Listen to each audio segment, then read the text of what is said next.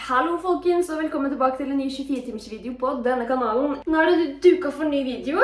Hvis dere så gårsdagens video, så vet dere at jeg var på fest i går. Klokken er nå sånn 14:46 eller noe sånt, så klokka er rundt 3-tida. Men i dag så skal jeg nemlig lage en video der jeg spiser som mamma gjorde da hun var ung. Altså alt hun spiste da, for hun har fortalt meg et par ting jeg husket tilbake i tid, og tenkte at det er egentlig veldig rart. Hun spiser riktig nok ikke sånn nå, tror jeg. Før vi fortsetter forresten, ta smell gjerne like på den videoen. Da har vi sånn 300-400 likes på de andre 24-timers-videoene. Klarer vi mer enn det? Det hadde vært sykt kult. Ikke glem at hvis vi får 40 000 abonnenter, så skal jeg gå 40 000 skritt. Altså jeg skal gå hvor mange abonnenter jeg har i skritt hvis jeg får 40 000 før desember. Så hvis jeg har 40 500, så blir det 40 500 skritt. Så gjerne abonner hvis du er nye og følger for det. Det betyr veldig mye. I dag har jeg vært på butikken uten dere, så jeg har ikke filmet fra butikken. Men jeg holdt faktisk på å kjøre på en liten kid nå nettopp på parkeringsplassen, fordi han mistet paraplyen sin, og så bare løp han etter paraplyen sin rett foran bilen min, så jeg måtte bråbremse, og faren sto bare og smilte til meg. Jeg tenkte bare, what the fuck er det greiene her for noe? Og frokosten mamma skrev til meg, en av tingene hun spiste var fiskepudding på brødskive. Så jeg tenker at vi skal ha det til frokost. Det passer jo bra, for jeg er sulten. Fiskepudding på brødskive er liksom ikke så unormalt, for det har jeg vært borti før. Jeg spiser ikke det i voksen alder. Hvorfor vet jeg ikke, men ja. Så da har jeg kjøpt et lite brød her. Hun sa at mormor pleide alltid å bake brød selv. Det kan ikke jeg gjøre i dag. De kjøpte også brødskiver i butikken, men mormor baker alltid, som oftest alltid selv da. Så kjøpte fiskepudding. Det blir spennende. Om de hadde smør på, det spurte jeg faktisk om, men litt usikker på, det tror jeg faktisk ikke. Jeg tviler egentlig litt på at det var smør på brødskivene til mamma da hun var yngre, men jeg dropper det i hvert fall. Det hadde vært litt morsomt å få tak i den der kokeboka til mormor. Det må jeg prøve å få tak i. Det var litt tykke skiver med sånn opplegg her, men det går fint. Ja, det funket. Jeg er veldig sulten igjen, og så akkurat nå så funker det meste. Jeg vet fortsatt ikke om det blir en ny 24-timers-video i morgen, folkens, for vanligvis skal vi bort og spise i morgen.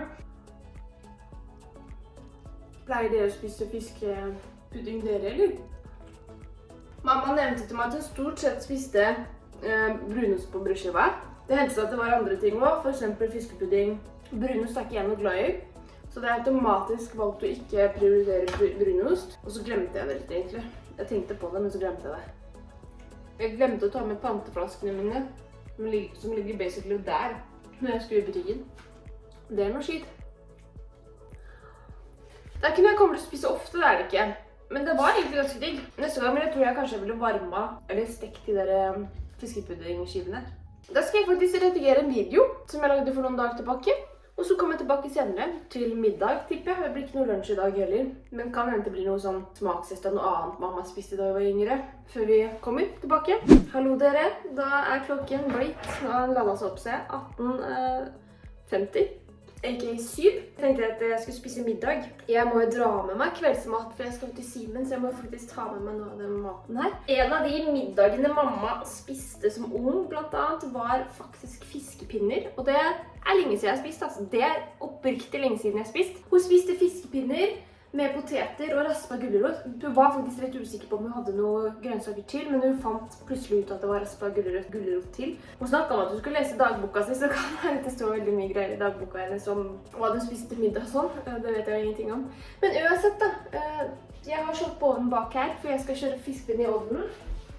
2 gulroter igjen, jeg gidder ikke kjøpe mer, så jeg bare rasper det, og så blir det sånn. Så jeg tror jeg bare stører det inn i ovnen nå, og så koker jeg meg noen poteter ved siden og gjør det klart, så kommer vi tilbake når middagen er klar. Der er fiskepinnene ferdig. Det så digg ut. Potetene var ikke helt ferdige enda, så det må bare stå og koke og godgjøre seg. Og så har vi gjort klar den der gulroten. Så nå er vi klar for mat. Klar for mat. Sånn. Står dere kanskje litt ovenfra, men det burde vel gå greit. Her er middagen min. Fiskepinner, poteter og sånn der raspa gulrot. Jeg er faktisk ikke så veldig fan av raspa gulrot. Egentlig, jeg liker den mye bedre kokt. Det var godt det her. Det er litt kjedelig, jeg mangler liksom en type saus eller remoulade eller noe sånt. Så spurte jeg mamma, ja, spiste du med remoulade? Og bare nei, det var ikke oppfinnet engang det. Det kan jo være at de hadde smeltet smør over da. Det spurte jeg faktisk ikke om. Det kunne jeg spurt om, men det går greit. Jeg klarer meg. Det er i hvert fall ganske greit sulten. Nå skal jeg faktisk til farmor, den er ferdig å spise. Besøke hun. Men nå spiser jeg jo egentlig det som ikke det rareste mamma har hatt. Det rareste kommer etterpå, eventuelt I morgen. Jeg skal prøve å lage hjemmelagte fiskepinner en gang. Det sikkert digg det, altså. Jeg skal faktisk til Oslo I helga. Jeg har ikke snakket om det før nå, men jeg skal det. Jeg skal være der I helga med kjæresten, og så moren til kjæresten. Så tror jeg vi skal møte noen. Det var middagen sin, det. Fiskepinner, ja. Ja, den hjemme på snart da, dere. Det hadde vært koselig. Jeg får ta og slenge det I vasken, holdt jeg på å si oppvaskmaskinen, og så skal jeg ta og komme meg bort til farmor før det blir for sent. Så skal jeg på Meny og hente pakken. Hallo dere! Ser dere nå? Dere ser litt I hvert fall. Nå jeg på vei hjem fra farmor. Jeg har sittet der ganske lenge, klokka faktisk 9:30 nå. Men jeg skal kjøre til kjæresten min nå, så jeg skal bare innom og pakke meg med alle tingene jeg trenger. Og så skal jeg reise til kjæresten da. Først reiser jeg innom Kiwi. Og så skal jeg kjøpe meg en baguette, han hadde lyst på noe å spise. Ja, vi snakkes litt når jeg kommer hjem før jeg kjører videre. Da har jeg fått pakket ned det meste jeg skal ha med til Simen. Mangler bare å kaste søpla bak her, så skal jeg dra. Klokken nå 22:02. Det vil si at det begynner å bli ganske sent, så jeg må snart dra, for det tar 2,5 timer å kjøre opp dit. Før jeg drar nå, så skal jeg smake på noe som ikke mamma drakk eller spiste da hun var yngre, men pappa gjorde det, husker jeg veldig godt. Og det var cola med peanøtter oppi. Jeg fikk melding nå liksom. Og Johan Detasje, har du tid til å slå plenen? Jeg bare ja. Og så spørsmålet fordi vi gjør det jo annenhver gang. Og så det nesten ikke noe lengde på plenen nå. Og hver gang hun har klippet det, så det nesten sånn at jeg må gå ut og snakke høyt om ja, jeg håper noen klipper gresset her snart, sånn at hun kan gjøre det. For det liksom drithøyt hver gang hun har gjort det, så det synes jeg litt rart. Ja. Men cola, peanøtter oppi colaen. Sånn kanskje. Det noen som faktisk gjør det nå per dags dato. Har dere alltid gjort det, eller har dere nettopp begynt å gjøre det her, liksom? Mamma hadde aldri gjort det her før, men det her liksom tatt fra pappa, da. Nå fikk jeg melding igjen av hun. Nå skal jeg finne et eller annet å klage på. La oss bare smake.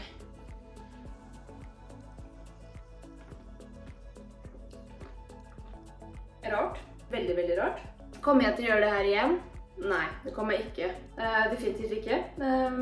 Nå får jeg meldinger av hun I andre etasje mens jeg står og filmer med mobilen som provoserer med meg skikkelig. Ok, greit, det skal være krig, så skal det være krig. Jeg kommer ikke til å gjøre det her igjen. Men det var ikke det verste jeg har smakt. Bare litt rar kombinasjon. Men nå har jeg i hvert fall smakt på det. Uansett, nå må jeg ta med meg bagen så stikker jeg. Og så snakkes vi snart, folkens. Hallo dere! Nå klokken nærmere 1 på natta faktisk. Jeg hos Simen om type 5 minutter. Det ikke lenge til, det rett rundt hjørnet. Jeg sinnssykt sulten, så jeg nå veldig, veldig klar for noe mat som metter litt. Forhåpentligvis så det godt, det neste jeg skal spise, fordi jeg har aldri smakt det før. Tror jeg. I hvert fall ikke I voksen alder. Uansett så skulle jeg egentlig vlogge fra jeg satt meg I bilen, men jeg har sittet og snakket med Susanne I telefonen nå I type 1,5 time eller sånt. Til og med mer, til og med 2 timer type. Jeg kjørte ikke feil I Oslo, men det var stengt I Oslo, så jeg måtte kjøre om og over og et eller annet sånt. Og da endte jeg med å kjøre feil etterpå.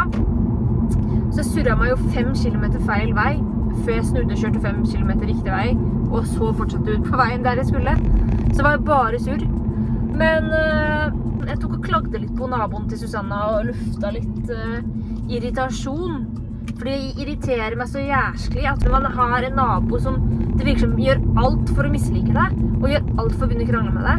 Det skjedde jo litt raskt, så hvis ikke dere fikk med dere hva som skjedde, så var det altså da at hun spurte om jeg skulle klippe gresset, og jeg sa ja, det jo planen. Altså jeg gjør det jo hver gang. Altså ikke hver gang, men vi gjør det annenhver gang da. Og så ender hun med å skrive ja, det best å gjøre det før det blir for langt. Og så svarer jeg at ja, men jeg kan ikke denne uka her, for nå ikke sant, nå jeg løten, og jeg kan ikke gjøre det nå, for nå klokka så mye. Jeg gjør det neste uke. Legg merke til at hun leier, jeg eier. Altså, det nettopp det som greia. Og så skriver hun, ja, hvis ikke så blir det tungt for deg, tenker jeg på. Det sikkert derfor du ikke klarte å bruke gressklipperen din ordentlig, eller at du synes den var tung. Jeg hadde ikke noe problem. Jeg har aldri hatt noe problem med å bruke gressklipperen min. Jeg har aldri vært noe for tung fordi det har vært for langt gress. Jeg klipper som oftest gress når jeg ser at det trengs, og ikke når det for langt. Men det som at gressklipperen min har vært ødelagt, og den har ikke gått fremover når du liksom har holdt inne greiene. Den har bare stått stille, så du må dytte den med muskelkraft liksom, og det tungt. Og så forklarte jeg det, jeg skrev det. Så det feil, da må han ha fiksa den. Ok, jeg gir deg bare et tips som jeg fikk av huseier. Og så sier jeg, ja, nei, men jeg har ikke hatt noe problem med det. Gresset har aldri vært noe kjempehøyt når jeg klippet det uansett, og det ikke så høyt nå heller, skrev jeg bare.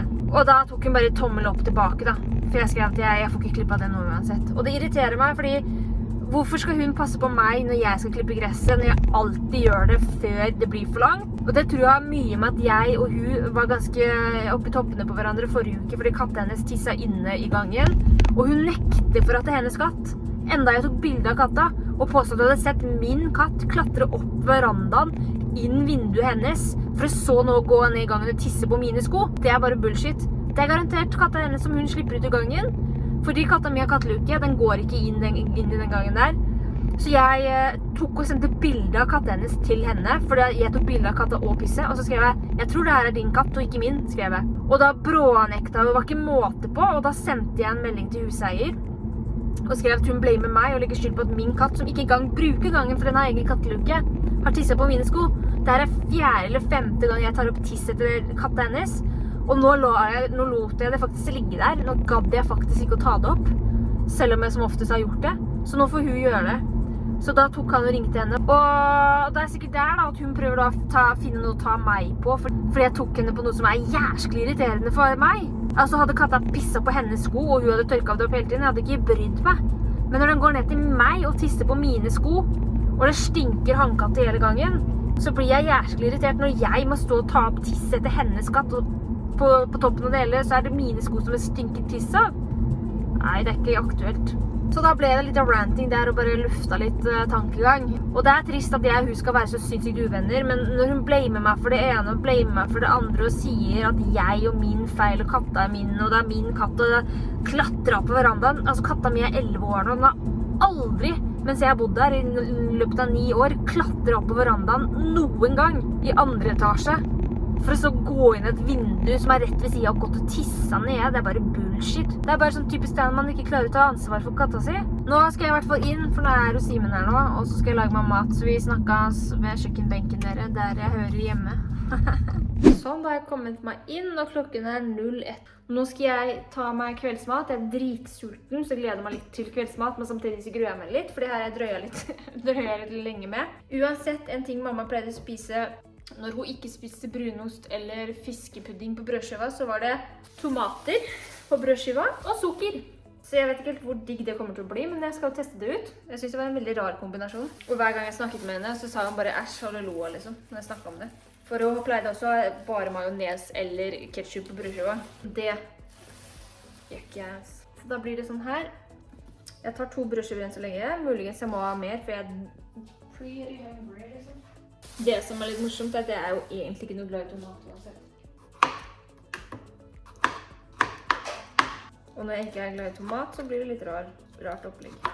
På sånn. Jeg vet ikke om jeg hadde smør på det her heller. Det nevnte jeg sist også, det er litt usikker. Her er sukker. Og da strødde jo bare sånn sukker over sånn her. Ta det brødskive. Ja.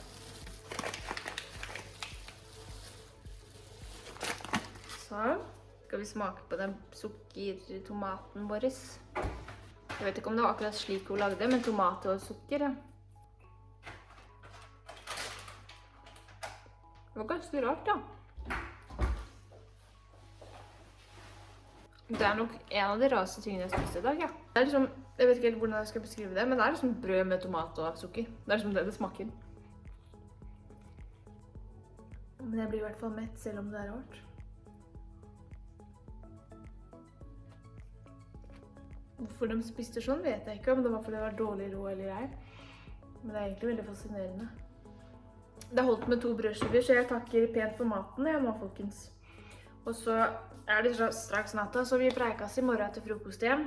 Spent på frokosten, altså. Aldri smakt det heller. Ok, folkens, så godt. Ha det godt. Hei, dere. Nå er klokken 14:58, så vi er egentlig ferdig med videoen. Men jeg skal lage meg siste måltidet, og da pleide mamma å lage noe som heter semulegrøt. Jeg har aldri smakt det før, faktisk. Så jeg tenkte jeg skulle lage den oppskriften som sto bak her. Jeg synes det så nasty ut, men det kan hende det er godt. Altså, hvem vet? Men jeg gidder ikke lage til 4 porsjoner, jeg lager bare til 1 porsjon. Eller 2, eller noe sånt. Det blir liksom sånn type med smør, da. Ok. Meget spesiell konsistens. En halv desiliter, ja. Det blir vanskelig å måle opp. Ja, det var nesten en halv. Jeg tar sjanse på at det holder. Har dere smakt sånn grøt før? Sånn semulegrøt? Synes det høres så rart ut, det. Jeg må ta meg en dusj når jeg er ferdig å spise her, i hvert fall. Men mens jeg står her og holder på med maten, eller opplegget her, så vil jeg bare nevne at det har kommet en mulighet for å stemme på sine favoritter innenfor Vixen-kategori. Altså det er sånn type utdeling av pris for ditt og datt og bla bla bla. Og de har en kategori der som heter mat. Og jeg tenkte, hvis dere ønsker, så kan dere gjerne stemme på meg på mat-kategorien. Det er mange forskjellige kategorier der, men jeg føler at ja, kanalen min er litt sånn alt mulig underholdning og sånt, men det er veldig mye fokus på mat her. Jeg prøver nye ting. Jeg lager mye forskjellig mat og mange oppskrifter og sånne ting. Så hvis dere vil, så kan dere gjerne gå inn og rett og slett ja, stemme på meg på mat. Det hadde betydd veldig mye. Kommenter gjerne ned i kommentarfeltet hvis du faktisk velger å gjøre det. Jeg legger til en link nede i kommentarfeltet. Jeg fester kommentaren min, og der står det liksom link til hvor du skal stemme da. Men husk at du må lime inn linken til YouTube-kanalen min når du skal stemme. Og det er ikke bare sånn skråstrek Miss Bette som flere tror, for jeg har ikke fått sånn linken. Den var egentlig Bettina Reine. Men jeg har fått byttet til Miss Betta med 2 A-er. Jeg fikk ikke byttet til Miss Betta med en A, for det er for mange som kaller seg. Hvis du velger å gjøre det, så betyr det veldig mye. Tusen takk. Ikke at jeg tror jeg kommer til å bli nominert eller noe sånt, men det hadde vært gøy. Jeg synes den konsistensen er virkelig tykk, men jeg vet ikke helt hvordan den grøten skal være. Skal den være sånn konsistens her dere, eller skal den være sånn rennende? Jeg har aldri vært borte det før. Jeg burde kanskje ha søkt på konsistens og sånt, men ja, det er jo litt tykk konsistens. Ja, jeg tror vi skal ta sjans, ja. Ja, det har gått ca. 10 minutter nå, sier vi. Jeg har hatt i salt og sukker og sånt. Jeg tar og starter med den porsjonen her. Jeg synes det ser litt rart ut. Skal vi se. Vi har kanel. Vi skulle i hvert fall ha på kanel og sukker. Det minner meg egentlig om hvetemel bare. Det hele opp. Oi. Jeg sa oi, men så tar jeg mer. Vi får litt julefeeling, egentlig. Nå er jeg spent, jeg. Jeg tok litt mye kanel, så det var litt sånn sterk lukt. Ble jeg faktisk overrasket. Det her var jo ikke vondt, det her. Det var egentlig litt godt, det her. Jøss, nam. Faktisk oppriktig overrasket. Uansett, hvis konsistensen er feil eller ikke, så var det her faktisk godt. Det minner meg litt om rømmegrøt, men ikke smaken, men liksom konsistensen hele pakka. Litt av julebrus ved siden av her nå, så hadde det gjort seg, vet du. Det hadde blitt skikkelig julestemning. Nå dere, hvis dere har sett så langt i videoen, så vil jeg at dere skal slenge igjen et lite sort hjerte i kommentarfeltet. En annen ting jeg bare må påpeke er at det blir ikke noen 24-timers video i morgen dessverre, for vi skal bort og spise i dag, og da sier seg selv at jeg ikke får lagd det. Men jeg skal prøve å lage noen andre videoer i dag, så det kommer andre videoer fortløpende da. Det kommer faktisk en sånn rydde- og organisere-video på lørdag mest sannsynlig. Og siden jeg vet en del av dere har spurt om det, så valgte jeg faktisk å vlogge det når jeg gjorde om det ene gjesterommet og organiserte en del der. Det var veldig mektig da. Jeg må si at det var veldig mektig, men muligens konsistensen på grøten min var feil. Det vet vi garantert en av dere som sitter og ser på. Åh, herregud, jeg ble nesten mett av bare en liten sånn halvskål. Jeez. Det er faktisk ikke veldig lenge siden jeg sto opp, selv om klokka var sånn type 2:15. Men i natt har jeg faktisk ikke klart å sove, for jeg dro til kjæresten. Og så har jeg jo glemt den melatoninsprayen min hjemme. Så i natt så sovnet jeg type 5:30 til morgen i dag, liksom. Men. Jeg må nok takke for maten her nå. Det ble veldig mye. Jeg orker dessverre ikke å spise opp alt. Med tanke på at jeg nettopp har stått opp, så sliter jeg alltid litt med å få i meg mat rett etter jeg har stått opp. Men det var faktisk innenfor. Jeg tror konsistensen er feil bare. Men folkens, det her var dagens video. Tusen hjertelig takk for at du så på denne videoen her. Og så snakkes vi snart igjen. Jeg skal prøve å få til 24-timers video litt hyppigere. Kanskje jeg prøver å få ut noe neste uke. Siden jeg ikke ble en hel uke nå. Det skulle egentlig være fra mandag, tirsdag, onsdag, torsdag og fredag. Men sånn det leder dessverre ikke. Og så snakkes vi snart, folkens.